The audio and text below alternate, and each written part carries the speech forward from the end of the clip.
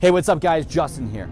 And I want to talk to you about something. Have you ever found where you just felt a certain way? Maybe you felt a little depressed, a little angry or sad or something. You're like, I don't even know what's going on. Like, why do I feel so weird right now? And you can't really place why you feel what you feel, right? You know you feel it, the feeling's real, but you have no idea where it's actually coming from.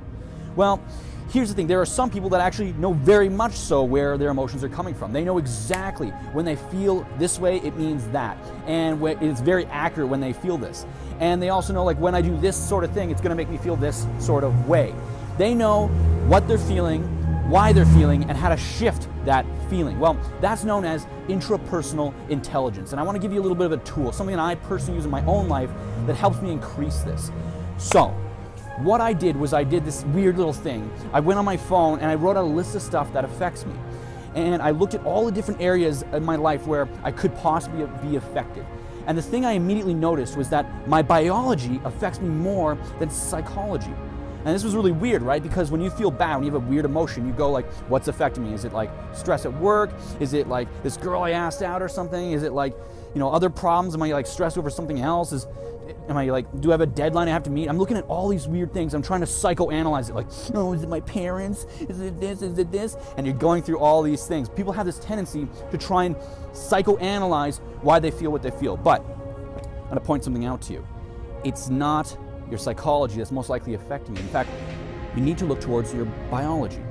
Your biology affects you more than your psychology. Really think about this. We see that when people are even dehydrated, they don't think correctly. When you're tired, you certainly don't think correctly, right? You maybe like went on like 4 or 3 hours of sleep, or you pulled an all-nighter, and the next day you're feeling kind of foggy, right?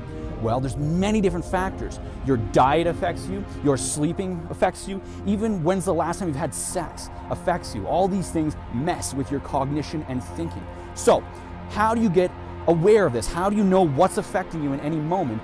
And you start to adjust it. You start to know why you feel what you feel, and where it's coming from and how to change it. Well, this is what I did.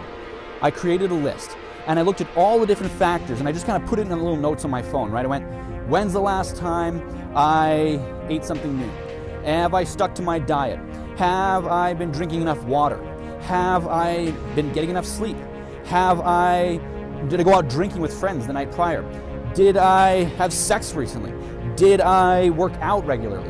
What is the thing that's off about my routines? I start looking at the things that might affect my biology. Now, here's the thing. Once you figure this out, you can then start to see a correlation to ways like things affect you. This is what I personally did. I really examined why I felt what I felt. And why this is important is when you start to know yourself, when you start to really gauge like, oh shit, like I'm really affected when I miss a workout. I'm really affected when I don't eat correctly, or when I have that fast food, or maybe I've been like eating too much salt in my diet, or maybe I've been having too much sugar, or maybe, you know, I'm having too much caffeine or not enough caffeine, or any of these factors. Once you're aware of how all these factors mess with you, then you know a little bit more about why you feel what you feel. And this is super important because when you know why you feel what you feel, you immediately gain an awareness. And that awareness almost creates a gap between the experience and the explanation.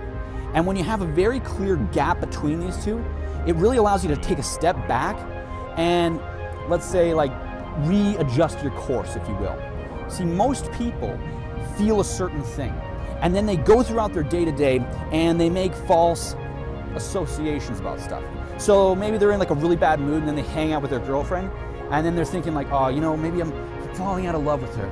I'm not in love with her anymore. You know, maybe I'm just like losing it. Or, you know, they're like feeling kind of depressed and they go into work and they're just like, yeah, it's my work, you know, I'm not feeling fulfilled.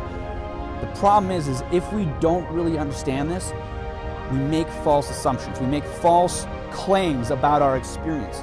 So one of the ways I found out how to get a more objective reality for at least myself was by knowing what about my reality, what about my circumstances affects me. And so by doing this, I was able to really break down exactly why I feel what I feel and how to change that. And really just step back where I'm like, oh, this is why I feel this way. And I don't make false assumptions. So I created a list, I put it on my phone, and I made it my wallpaper. And every time I was feeling any sort of like negativity or I was feeling a little off, instead of me just trying to psychoanalyze like why I feel this way, I instead would just go through the list and be like, is this here, is this here, is this here, is this here? And after I checked off these biological factors, I then went into the psychological factors. What's time sensitive? What's something that was once there that's no longer there? What is something that I have a lot of stress towards? And I look towards psychological factors secondly. As I went through this list, I almost always caught why I felt what I felt. And through repeatedly doing this over a couple weeks, I then found that I didn't need the list. I was just automatically aware, and I started getting really attuned into what affects my state and emotions.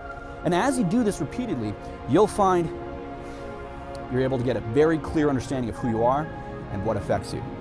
So, go ahead and check the link below. I'm gonna go and include that wallpaper so you can add it to your own phone. And hopefully you get some benefit out of this. Try this out. See how it affects your life. Let me know what you think. I will talk to you